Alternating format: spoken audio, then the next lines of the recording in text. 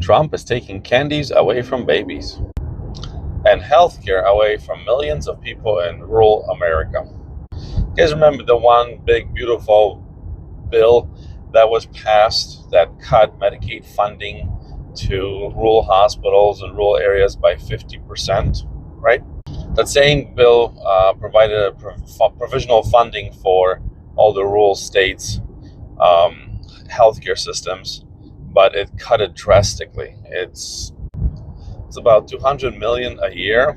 And then you may want to ask, well, what the hell does that have to do with the candy and the baby and whatnot? Well, it has to do a lot.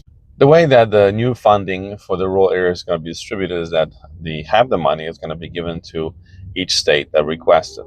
The other half is going to be given only if they implement the policies that the administration wants them to implement across their programs. So one of the provisions in the One Beautiful bill is that they're trying to make candy illegal for SNAP recipients.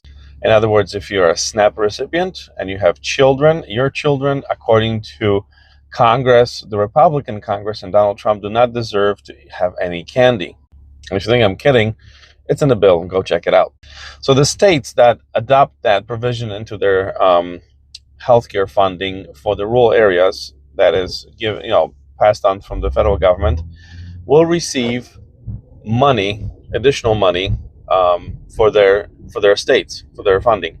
States that do not cut the sugar out of SNAP benefits will not. Which brings me to the second part, taking away healthcare from millions. So as we already know, the ACA credits have expired, but also the new bill does not provide enough money to run rural hospitals. Rural hospitals in America are closing faster than any other business out there. They're shutting down, they're losing personnel. Doctors do not want to go practice in rural areas, and for many reasons. One, they're not getting paid. They're not getting paid enough, right? Okay, so what? The standard of living is lower, but they're not getting paid enough to do that.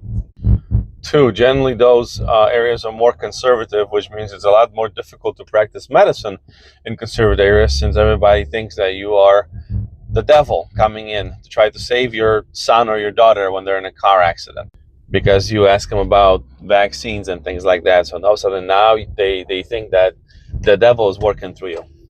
And you can go back to my previous videos where I talked about experiences from rural areas. But that's also going to impact hospitals in cities, in main cities, major areas, metropolitan areas. So yeah. Anyway, going to my major city,